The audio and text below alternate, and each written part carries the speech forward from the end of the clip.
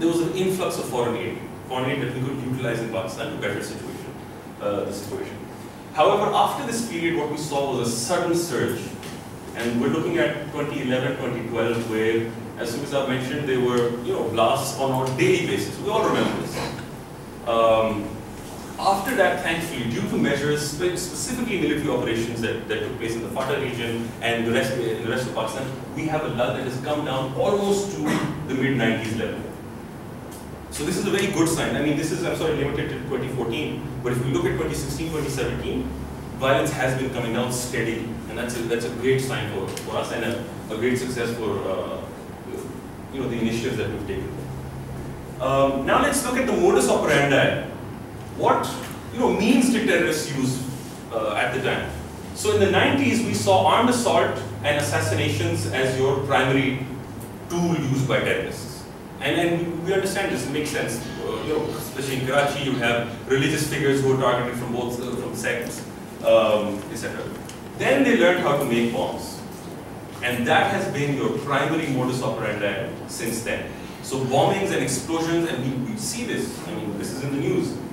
And it's much more easier to cause that classic fear and terrorism when you're using a bomb, because you don't even have to be there physically, right?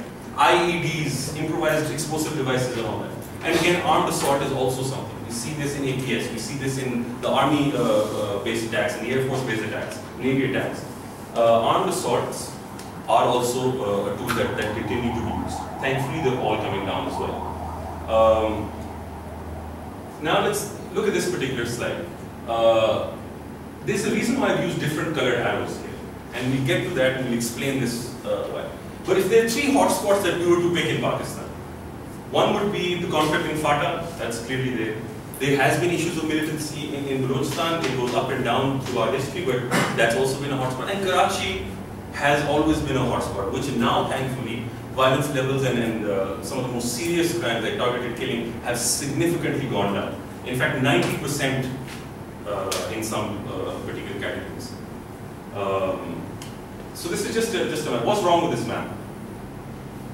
Come on. Kashmir is wrong. Absolutely. As soon as I know, this is not my map. So okay, now I just wanted to bring a discussion up on human rights versus security. And this is the burden of modern societies.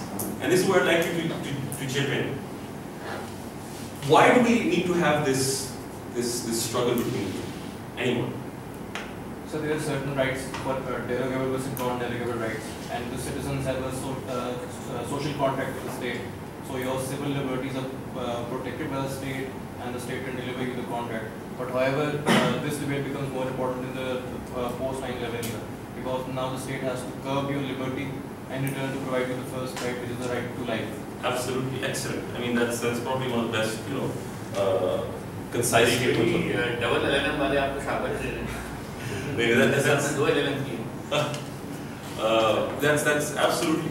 I mean, what we're looking at is, if you look at the social contract theory, there's a level of autonomy that we've given up to the state, but the state is now asking for more and more and more, right? Which is infringement on human rights, and every state is doing this. We've seen the UK, which is always a champion. We've seen, the US Patriot Act that has infringed first and foremost on your right to privacy, and then liberty when it comes to detentions without any sort of due process. You have special courts being created. So all of these are rights of you and I that are being affected, right? So after responsibility to protect offline, this has to be again for Yeah, that's slightly in a different domain, but we can talk about it. It's not our domain. So this debate becomes extremely important because every society has a different mix of priorities. Pakistan, maybe the right to privacy isn't that high, as opposed to, say, in a Western society where everything is based on communication. We obviously love our privacy as well. But we might be willing to forego a little bit of our privacy to ensure that our right to life, which is affected not just by the state, but by terrorist entities, or our right to liberty, or our ability to have financial dealings, or to live a normal life, those things are less impacted. So this mix has to be determined. And what a state first has to determine, what a community first has to determine, is this priority. What rights do you give a priority to? Right to life, obviously, right? Right to liberty. I don't want to be, confined without any reason.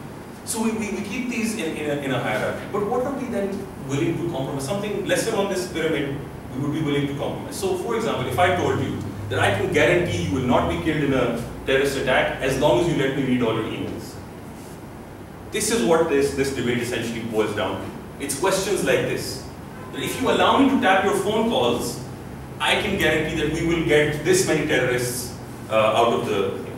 Because for us to reach those terrorists, we need to start tapping phone calls. So these are just some of the questions, and these are all hypothetical, right? But these are steps that when a state wants to deal with terrorism, it comes up with laws. For example, the Investigation for Fair Trial Act, which was a useful tool, perhaps not being utilized enough, but a tool which allows for the state. Remember I mentioned that intelligence and evidence are two different things. So intelligence material, if you know that a person is going to make an attack, you can do an operation. But once you've done the operation, what do you do with this person?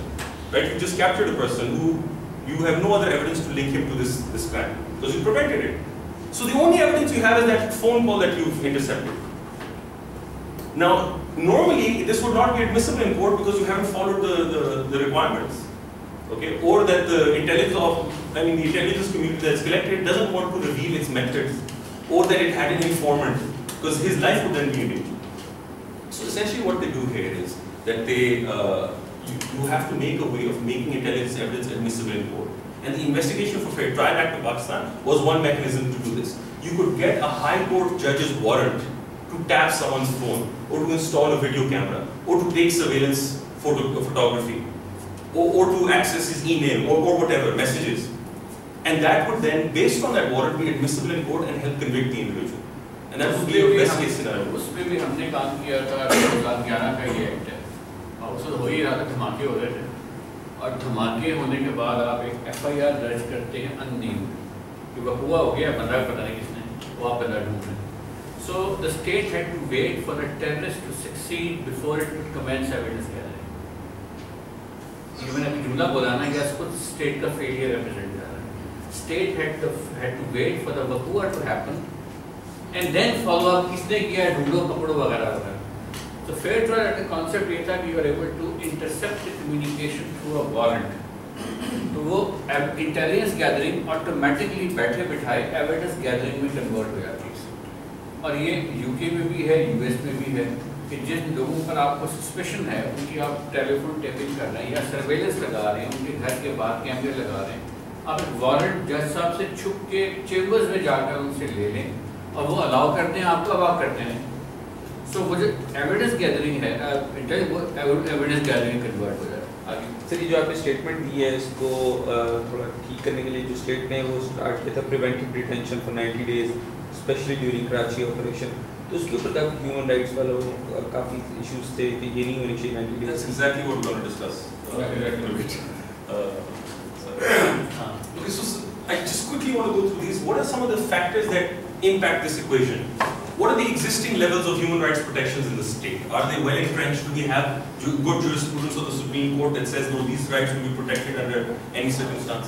If we don't have such jurisprudence, then it's easier for a state that wants to take more control to be able to take that control.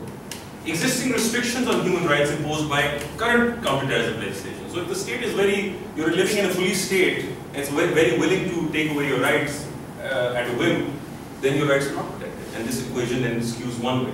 How are the various human rights prioritized? We discussed this. What is the level of trust between citizens and the executive or the law enforcement? When you give discretion in a law to a law enforcement entity, if the state or if the citizenry does not trust this functionary, there's going to be a huge problem. However, if there is faith and confidence in their abilities, that we know they're going to do a just investigation, a fair investigation, you're more willing to this autonomy, hand over to some extent. Are investigations effective and generally perceived to be fair? Are prosecutors able to secure safe convictions? And I underline safe because you can have a conviction and then you can have a safe conviction, where the evidence was beyond reasonable doubt, beyond any shadow of a doubt, and led to that conviction.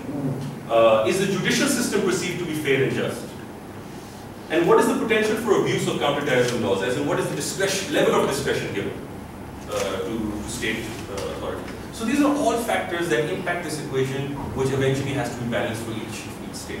So when you compare counterterrorism regime of another country with your own, understand their dynamics and understand your dynamics. we are in a very unique situation. Nobody is in the type of situation that we are. Maybe Iraq, maybe Afghanistan, but other than that, there is no comparison. So when people are criticizing, maybe हमारी इस किस्म की counterterrorism laws हैं, you say your counterterrorism laws are built in a particular dynamic, and they're for a particular purpose. You do not have the threat element. Anyway, so just to put everything in a theoretical framework so we understand it better, we at RSAT devised this spectrum of violence, where we look at the legal regime that the state has created in escalating categories of violence. So let's start off, what is the most basic form of violence at state level? Ordinary crimes, right? So this beautiful chart that I've prepared for you. Ordinary crimes are at one end. Say we escalate from ordinary crimes, we would call it sectarian violence, terrorism in our situation. Uske beyond kya hai? When people start taking up arms or start attacking state institutions in groups, we would call that a war-like situation, a civil war-like situation. Yeah, in international law terminology, a non-international armed conflict. And then finally, the worst form of violence would be a war, an international war between countries. So now, as the intensity and nature of violence escalates, the state enhances its powers to tackle this threat, to tackle this enhanced form of violence. Very simple. The state employs increasingly more powerful tools and mechanisms to address the problems, such as the deployment of the armed forces and civil armed forces, Rangers in Karachi. When the police couldn't do it, they said, we will give ourselves more power to deal with this threat. And that's what they effectively did. Now what happens is that there comes a point where the state, under the constitutional setup, simply cannot. Sorry, Tom? Should we turn the light on? You guys see it? Is that better? So there comes a point when, under the natural, regular constitutional framework, the state cannot deal with it. Simply the restrictions that are imposed by, say, human fundamental rights requirements of the Constitution, they are too limiting to deal with such a big threat. And this is understood internationally as well as domestically. Our constitutional setup has the same thing as well as international humanitarian law. So from a peacetime paradigm, where, to deal with violence, it's a law enforcement approach, you switch over to fighting a war approach, or the wartime paradigm. And that's where the system changes. In a peacetime paradigm, you have the police, you have the judiciary, you have prosecutors, you have systems, institutions in place that are functioning, and they can guarantee your rights. Without courts, can you enforce your rights? No. Without the police, court judgment, can it be enforced? No. When that system breaks down completely, when the state can't function, it can't even guarantee your rights. So instead of talking about protections, human rights protections here, we start talking about how do you protect civilians. Because in war, it's, war is hell. And what you have is, people being attacked, missiles and bombs taking place. And so the entire aim is that the belligerents, the fighters, do not kill unnecessary civilians. And that's where the shift takes place. So in a peacetime model, you have a human rights model, and in the conflict paradigm or the war paradigm, you have civilian protection model. What we refer to as international humanitarian law, the law of armed conflict, the law of war. So, जी. तो आपने ये बताया कि international humanitarian law के जो कि war को humanise करना है, अब डेफिनेशन हमारे पास नहीं है टेररिज्म की, तो कॉन्फ्लिक्ट की हमारे पास डेफिनेशन नहीं है, तो कॉम्बैटेंट्स और नॉन कॉम्बैटेंट्स कॉन्फ्लिक्ट के हमारे डेफिनेशन हैं, लेकिन टेररिज्म की डोमेस्टिक डेफिनेशन है. For our purposes we have a definition. So लेकिन किसी का सेंटिमेंट होगा कि हमें पता नहीं है कॉम्बैटेंट कौन नॉन कॉम्बैटेंट कौन. So exactly, this is an excellent point you raised. This is a very confusing issue, and it's been confusing, but we have a legal mechanism to create clear lines. Usme bhi, as we'll discuss, there are some mechanisms, but our constitution is very clear. When the state determines that the armed forces need to be deployed in an area, that is considered. 245 wali shall isme now, I hope that. But Article 245 of the Constitution essentially says that when the armed forces of Pakistan are deployed in an area, they are deployed for 3 grounds: to thwart external aggression, to thwart a threat of war, and finally to act in aid of, subject to law, to act in aid of civil power. So civil power is your police, your judiciary and all of those things. When they aren't able to perform their functions and require military support, the military comes in as an auxiliary, as a supporting function to aid them. Now those are the three grounds where the military is deployed. When it is deployed on one of these three grounds, then your human rights enforcement mechanism is disengaged. So your courts cannot take up cases against the military or against anyone. That is how we shift from a peacetime paradigm onto a conflict paradigm. Okay? And that's exactly what we're just going to discuss in a bit. So now let's look at some of the features. Usually, when we're talking about a war, the two of the most important things that we look at is the ability to kill, what is justified and what is not. That's what pretty much a war is about. And secondly, the ability to lose your liberty, to be detained. In a peacetime paradigm, what we have right now in Islamabad, what we're doing, human rights apply broadly. Up to fundamental rights in the Constitution from Article 8 to 28 apply broadly. The aim is to capture a criminal so that he can stand trial. And the use of lethal force to kill a person is only a means of last resort. You can't simply kill a person. There are very strong limitations in the Criminal Procedure Code and in your Constitution. And persons can only be detained without charge for a limited period. You had mentioned preventive detention. There are obligations imposed on how long you can detain a person. It's 3 months. 90 days. 90 days. They can be extended subject to Supreme Court review board, and we'll get into that. In a conflict paradigm, the contrast you'll see here, human rights may be derogated from. Combatants or fighters can be lawfully targeted. So if you have the status of a fighter, you are subject to be killed without the other person having any legal consequence of that. Of course, you have to do it in the right way. You can't, use white phosphorus or poison gas or anything. Those are violations of international law. They may be killed at any time during a conflict unless they surrender or become hors de combat. So wouldn't torture also come within the conflict paradigm? The use of torture of the combatants who have been... Both, absolutely. I mean, torture is prohibited under the Geneva Conventions as well as the human rights. वो peace time में भी prohibited है, war time में भी है. So killing को वो कहते हैं, अगर आपने किसी को मारना हो तो जरा swiftly करें काम. तो गैर ज़रूरी इंजरी और गैर ज़रूरी तकलीफ से मत करें. ये principle है. Persons can be detained without charge for the duration of the conflict. This is very important to know. That when you're fighting a war, for the duration of your war, if you feel that somebody is a saboteur, somebody can cause damage to you, might be associated, you don't need to have proof to do that. You're fighting a war, you don't have investigation entities. वैसे इस पे वो कश्मीर वाला है ना, कश्मीर में यही principles apply करेंगे, because that is one question that they have. So we discuss that, but I don't think, so this is very limited focus at time.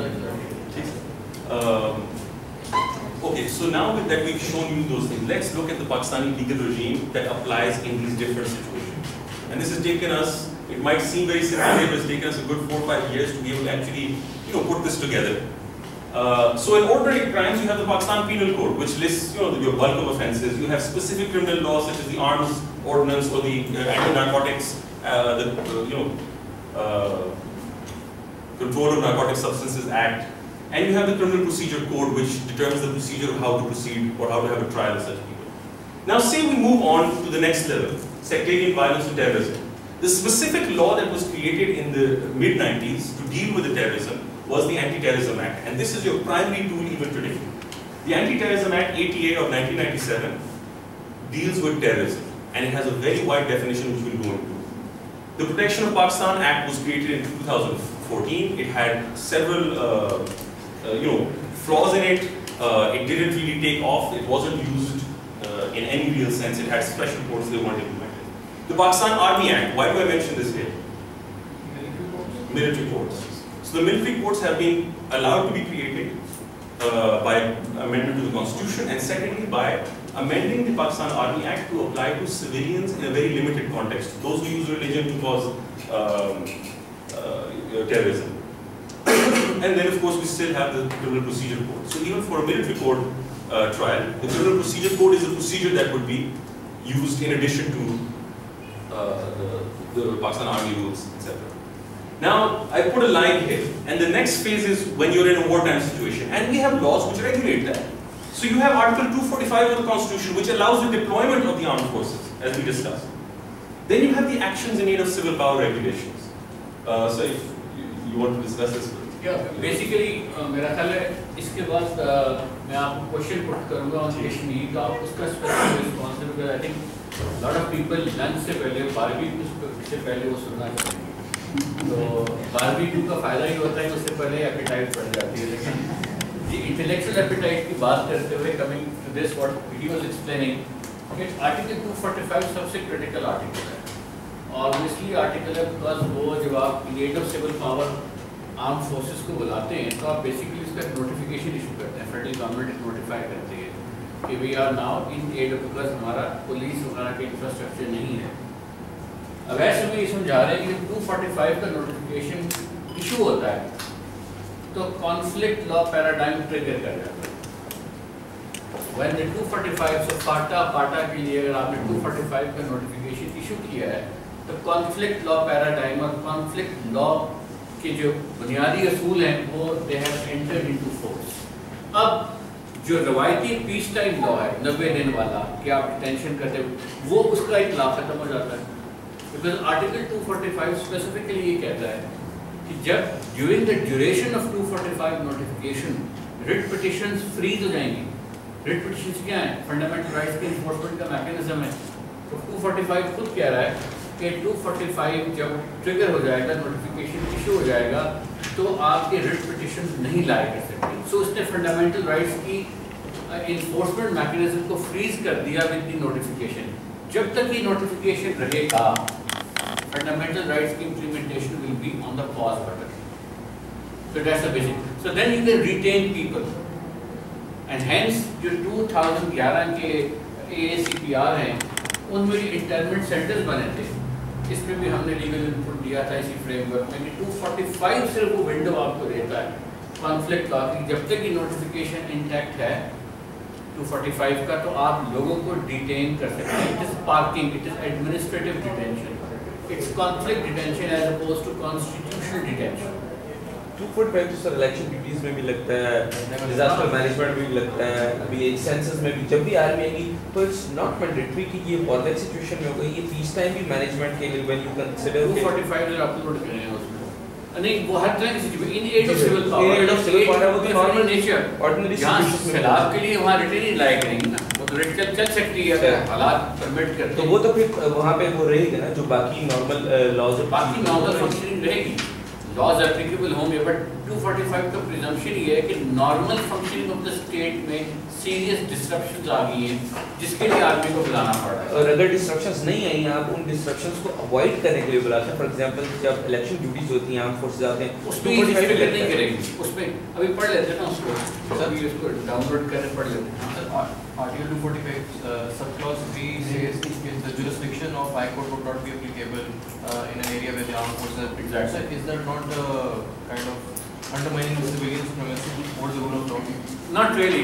It has been debated a lot. 245(3 ہی میرے ذہن میں تھا جو آپ نے بتایا ہے. Supremacy اس لیے نہیں ڈومینیٹ کر رہا because وہ کو ایگزسٹ کر رہا ہے. جب آرمی کو بلانے کا مقصد یہ ہے کہ you are giving the license to violence to the state itself. اور اب وہ سچویشن ایسی بن گئی ہے کہ you just can't control it. تو اب آپ نے ایک طرف اسٹیٹ کے ایک اینٹی کو کہہ رہے ہیں وائلنس یوز کر کے آرڈر ری انسٹیٹ کرو, دوسری طرف آپ کرٹیل کر رہے ہیں اسی کے پاور کو, تو ڈزنٹ میک سینس. تو you have to give it a legal یہ ہے the armed force and defend by intelligence or threat of war. ٹھیک ہے, subject to law act in aid of civil power. ایک یہ element ہے اور in aid of civil power ہے اور یہ دونوں کو ایگزسٹ کر رہے ہیں. پھر وہ کہتے ہیں ویلیڈیٹی اور ڈائریکشن جو ہے اس کو آپ ان کوشچن کال نہیں کریں گے. یہ وزڈم ہے ایگزیکٹو برانچ کی, وہ سمجھتا ہے ہمیں aid of civil power army بلانی ہے تو اس ججمنٹ کو آپ بھی کوشچن کریں گے. نان جسٹسیبل, نان جسٹسیبل. تو جو اتھارٹی گیون ہوگی وہ ان دونوں سچویشنز میں ایک ہی رہی. دیکھتے ہیں ابھی دیکھ لو.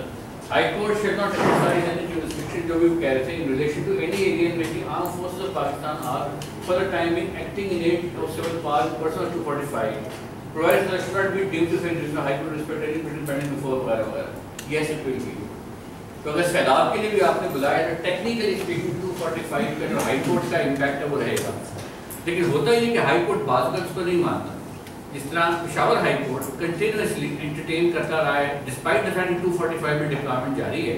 تو پشاور ہائی کورٹ میں جب بھی گئے ہیں منسٹری آف ڈیفینس والے جا کے آرگیو کرتے جی 245 بنو ٹھیک آپ بتائیں نا کہاں ایک بندے کا ہے. سو باوجود اس کے لیکن کوئی پرنسپل تو کانسٹیٹیوشن لے ڈاؤن کر رہا ہے. پھر سپریم کورٹ نے ملٹری کورٹس کو ایکسپلین کرتے کہ جس چیز کو ریلائی اپون کیا ہے وہ کیا ہے اس کو اوپر جاؤ اور تھریٹ آف وار.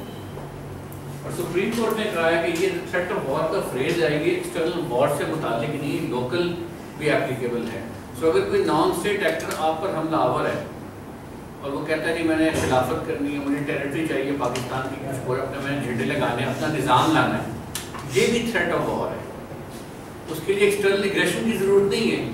اگر کوئی ایسا نان اسٹیٹ ایکٹر گروپ ہے جو آپ کے اداروں کو نشانہ بنا رہا ہے, آپ کے اسٹیٹ سمبلس کو اٹیک کر رہا ہے, کوئی ہیڈ کوارٹرز میں, کوئی ہاسپٹلز وغیرہ میں, تو بھی وہ ویجنگ وار کر رہا ہے ریاست. He is waging an act of war against the state.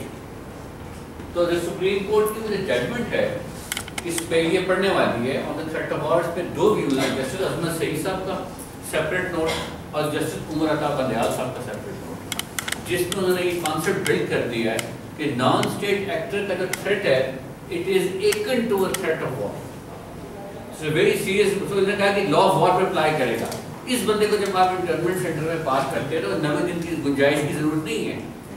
You can hold them back because you parking them to decrease the length of the conflict. اس کو آپ باہر نکال دیں گے پھر آ جائے گا. سو یہ جو کانسیپٹ ہے کہ لا آف, تو پاکستان کے اپنے قانون کے اندر لا آف وار ایمبیڈڈ ہے, not in so many word جو میں کہہ رہا ہوں پر in terms of the phrases. اور یہی ویسے میں بتا رہے ہیں کہ آرمی ایکٹ کمپلیٹلی ایک لا آف وار کی رجیم ہے. بیکاز آرمی ایکٹ کے نیچے جو شخص فارمیشن ریز ہو رہی ہیں, یونٹس ریز ہو رہی ہیں, کور کمانڈرز ریز ہو رہے ہیں, کمانڈ انسٹرکشن ایشو ہو رہی ہیں, تو ساری آرمی ایکٹ کے مینڈیٹ کے نیچے, ایئر فورس ایکٹ کے نیچے, نیوی ایکٹ کے نیچے. سو یہ تینوں acts will be viewed as act of paradigm, law of paradigm of. اس میں آرمی ایکٹ میں اگر آپ اینیمی کی ڈیفینیشن دیکھیں بہت انٹرسٹنگ ہے. اس میں اینیمی کی ڈیفینیشن سمجھ اس کے خلاف آپ 245 وغیرہ کی ایکشنز کر رہے ہوں. سو یہ اور پروٹیکشن آف پاکستان کا جو ایکٹ ہے 2014 کا, اس کا پریمبل بہت امپورٹنٹ ہے. وہ باقی امپورٹنٹ نہیں, وہ یہ کہتا ہے اس تھریٹ کو لیجسلیشن ریکگنائز کرتے ہوئے جب کہ نان اسٹیٹ ایکٹر حملہ آور ہے ریاست پر تو it will be viewed as waging of war. So یہ تین action in aid of civil power کا notification, protection of Pakistan act کا پریمبل ڈیمونسٹریٹ کرتے ہیں کہ نوٹیفیکیشن کا مطلب یہ ہے کہ اب وار لائک سچویشن کمنس ہو گئی ہے ان دس انوائرمنٹ. اب اسی سچویشن کو ہم یہاں چھوڑتے ہیں اور باربیکیو کی خوشبو آتے آتے ہم سیدھا کشمیر جاتے ہیں اور اویس انور صاحب سے جو ڈبل LLM کیا ہوا یہ پوچھتے ہیں کہ کشمیر میں جو سچویشن ہے اس میں چونکہ وہاں پر انڈین آرمی ڈپلائڈ ہے 7 لاکھ اور 370 آرٹیکل خود یہ کہہ رہا ہے کہ ٹائٹل آف کشمیر انڈیا کے ساتھ نہیں ہے, تو ڈپلائمنٹ اور آرمی جو ہے اس کو ہم آکیوپائڈ فورس تصور کریں گے. جب آکیوپائڈ فورس کا تصور آ جاتا ہے تو پھر ویسا لیڈ بتائیں کیا کیا پوائنٹرز آتے ہیں. بالکل سر. سو Jamal discussed the Security Council resolutions of the 40s and 50s, right? And what we maybe as Pakistanis sometimes understand from this is that oh yeah, you know, if it should be all or nothing. But there's a lot. Say they said you know you should hold a plebiscite and then we'll determine it. But other than holding a plebiscite, those resolutions have a lot of value if you break down some of the things that have come out from them. One extremely important thing that we can extract from this is that those resolutions have denied India title to Kashmir. India's proposition is that the Constituent Assembly was established and that those up to 57 those resolutions say that we do not recognize the decision of the Constituent Assembly. Why is that fundamental? Because if you deny title of a property, I can't continue claiming no matter for how long, okay, this is still my property. I've been denied it, right? So just because no resolution has come up after that, no resolution has also come up saying that India has title for it. So that now is our number one starting point. India does not have title, no matter how loudly it says or where it says it does not have title to Kashmir. Now after that we see, so if you don't have title, but you are still in qabza of that property, what do we call that under international law? An occupation. Now an occupation, the word is one thing, but its legal implications are a very different thing. So an occupation, what we are actually talking about under international law, the only time an occupation is mentioned in a specific legal context is the Fourth Geneva Convention. That means that an occupation is actually an international armed conflict. It is one strain, one version of an international armed conflict. So now that we've moved logically from lack of title to occupation, let's now start applying the law of armed conflict to Kashmir. What does the law of armed conflict say? One, when you are occupying a particular area, you can't change the demographics. And you know what supports us? The Indian Constitution supports us. Article 35A,